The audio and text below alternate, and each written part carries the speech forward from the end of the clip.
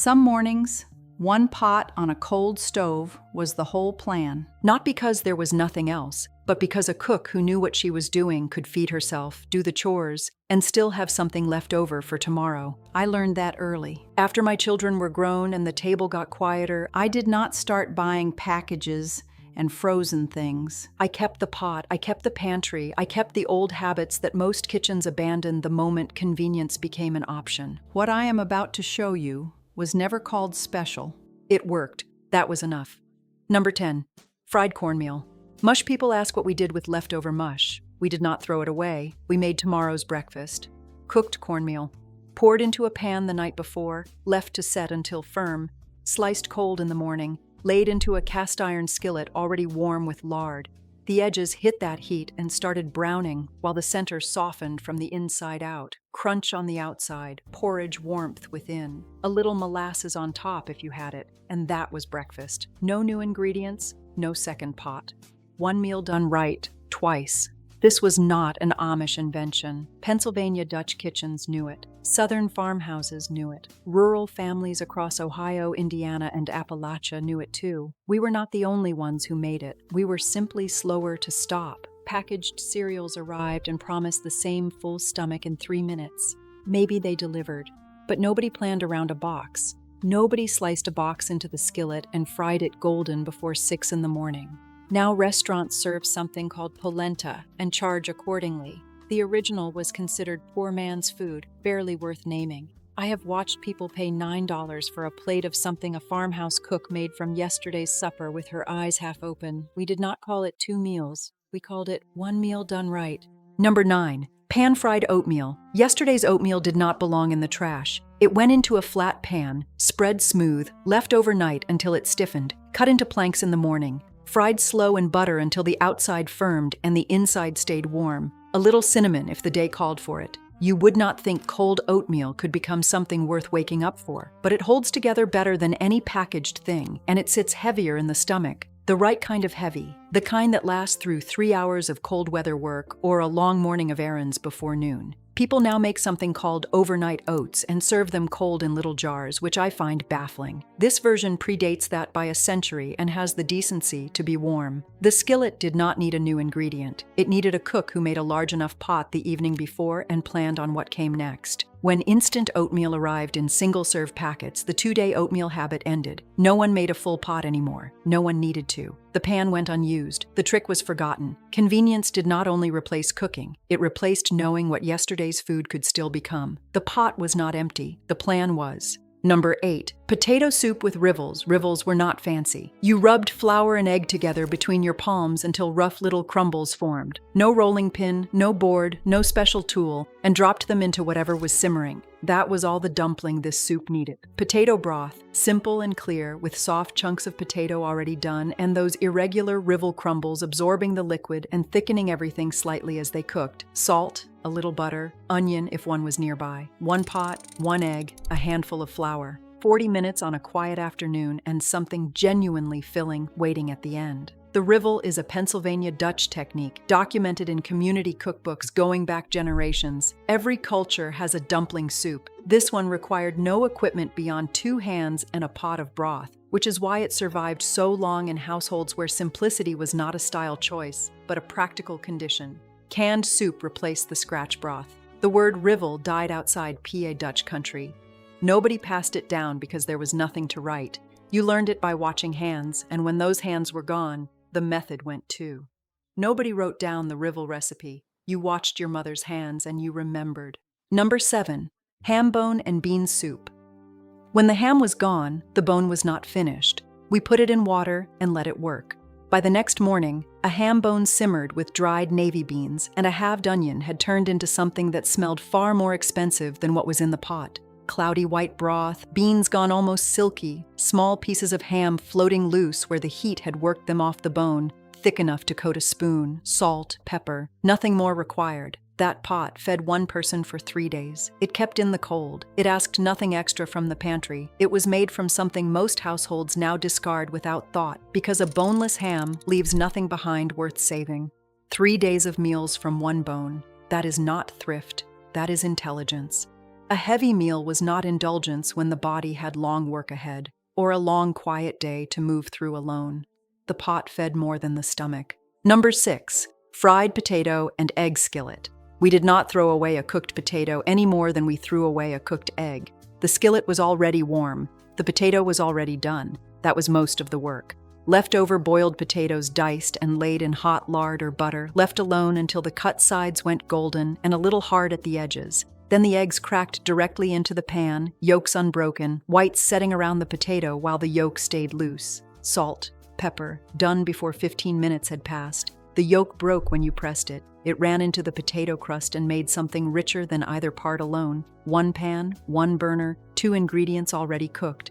A plate heavy enough to carry you through a morning. Restaurants now call this a hash and charge for the novelty. The original required no recipe and cost what a few cold potatoes and 2 eggs from the house were worth, which was almost nothing. Potatoes were never only a side dish in working kitchens. They were the meal. The skillet organized the morning. Number 5, cornbread and milk. People hear this and think it sounds poor. It is not poor. It is a bowl of something dense and cool and slightly sour from the milk, and it fills a person in a way plain bread alone never does. Day-old cornbread crumbled into cold whole milk and eaten with a spoon. No stove, no heat, no preparation. The cornbread absorbs the milk and softens while keeping a little texture, slightly gritty, cool, substantial in a way that looks like nothing in the bowl but feels like a full meal once it has settled. This was a summer supper for one person, or a quick meal for a child, or a light evening when the kitchen had been hot all day, and no one wanted to light a fire again.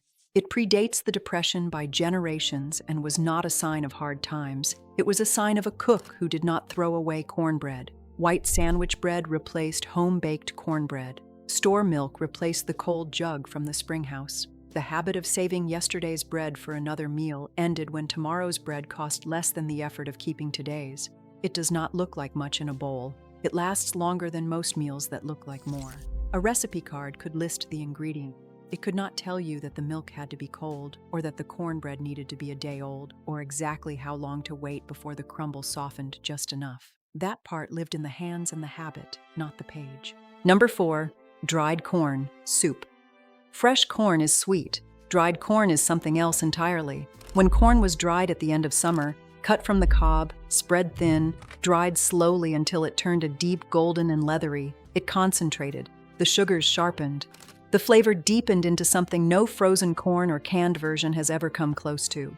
Simmered through a winter afternoon in light pork broth, that dried corn rehydrated slowly, the broth turning golden, the kernels softening but keeping a slight resistance, the whole pot smelling faintly sweet and smoky, nothing fresh in it and yet somehow tasting like a summer field. Pennsylvania Dutch households dried corn as a matter of course. Amish bulk stores still carry it. In many families, it still comes from the garden. When frozen corn arrived, the work of drying felt unnecessary, the flavor too unfamiliar to justify. Most people under 50 have never tasted dried corn soup. Those who have do not forget it. We did not dry the corn because we liked the work. We dried it so January would not be empty. Number 3, scrapple. Everything from the hog that was not a roast or a chop went into the scrapple pot. That is not a failure of imagination. It is the refusal to waste what something gave. Pork scraps, broth, cornmeal, and spices, sage, pepper, a little marjoram, cooked together until thick, poured into a loaf pan, and left to set firm in the cold. Sliced in the morning and laid in a hot skillet, the edges went dark and crisp while the center stayed soft and spiced. Denser than sausage, lighter than a pork chop, with a faint liver note balanced by the cornmeal and herb. 2 slices in a single plate. Pennsylvania Dutch Scrapple, Panhaus in some households, is among the most documented Amish and Pennsylvania German preservation foods. It appears in records going back 2 centuries. Commercial versions exist and have existed for a long time, but the homemade version carried a household's own spice ratio, which nobody wrote down because everyone in the kitchen already knew it. Home butchering has largely disappeared. Organ meats became unfashionable. The commercial scrapple kept the form and softened the flavor. The ritual of making it, the particular proportion of sage, the texture of the set loaf, the specific sound of the crust forming in the skillet, that is mostly gone from the general knowledge. We did not throw away what we had worked all year to raise. The scrapple was the proof of that. Cooking for one is not a lesser version of cooking for many. It is the same knowledge, applied quietly, without an audience, and without anyone watching to say it was done right. Number 2, church soup. This soup was made in 30-gallon kettles for funerals. The same pot, made small, carries the same intention. Pale, golden chicken broth with homemade egg noodles or rivel crumbles, thin and soft, absorbing the broth as they float. A little celery, a little carrot, if the pantry held one, salt and pepper. The noodles made from flour and egg, rolled or pinched by hand, not perfect, dried briefly on a cloth before going into the pot. 20 minutes of work. A single bowl, both hands wrapped around it. In Amish and Mennonite communities, chicken noodle or chicken rivel soup was the food that appeared when someone could not feed themselves. After illness, after surgery, after grief, after a birth. Neighbors arrived with it under a clean cloth. The pot was never grand, the gesture was. Making it for yourself is the same act made private. Someone thought about what you needed today. You can be that someone. Canned chicken noodle soup kept the name and removed everything else that made the original what it was. It costs more than the scratch version, requires no skill, and tastes like the decision not to bother. You can open a can, or you can make a small pot in 20 minutes that proves you still know how to take care of yourself. Number 1, Suppah Grumbere. There was no single recipe for this. Every woman made it differently, but every woman knew how it should feel when it was ready. Supper potatoes, potato filling, some families called it, or Grumbere filling in older Pennsylvania Dutch, mashed or cubed potatoes folded together with stale bread cubed and softened in broth, eggs to bind it, butter, celery, onion, salt and pepper, enough liquid to make the whole thing cohesive but not wet. Cooked low in a heavy pot until the edges went golden where they touched the sides, the bread dense and absorbed, the potato soft throughout, the egg holding it together into something between stuffing and mashed potatoes and wholly itself. Heavy, faintly herbed, warm in the bowl, made from a stale heel of bread that would have otherwise been thrown away, made from leftover potatoes, made from eggs and butter and an onion and what patience the evening allowed. One pot, no occasion required. This dish appears in Amish church cookbooks, in Pia Dutch recipe collections, at Thanksgiving tables and funeral dinners, and ordinary Wednesday suppers when nothing else was planned. Most people know a version of it as holiday stuffing baked in a pan. Almost no one knows the stovetop version made alone on a Tuesday from yesterday's bread, without consulting a page. These were not meals made for nostalgia. Life was harder, not simpler. The pot was smarter because it had to be. What disappeared was not the recipes themselves, it was the daily knowledge of what a shelf, a pot, and yesterday's ingredients could still become. That knowledge lived in the hands of women who cooked before sunrise and used what was already there, and it moved forward only when someone was watching. We did not need a holiday to make this. We needed a pot, a shelf, and the certainty that nothing already cooked was finished until we said it was.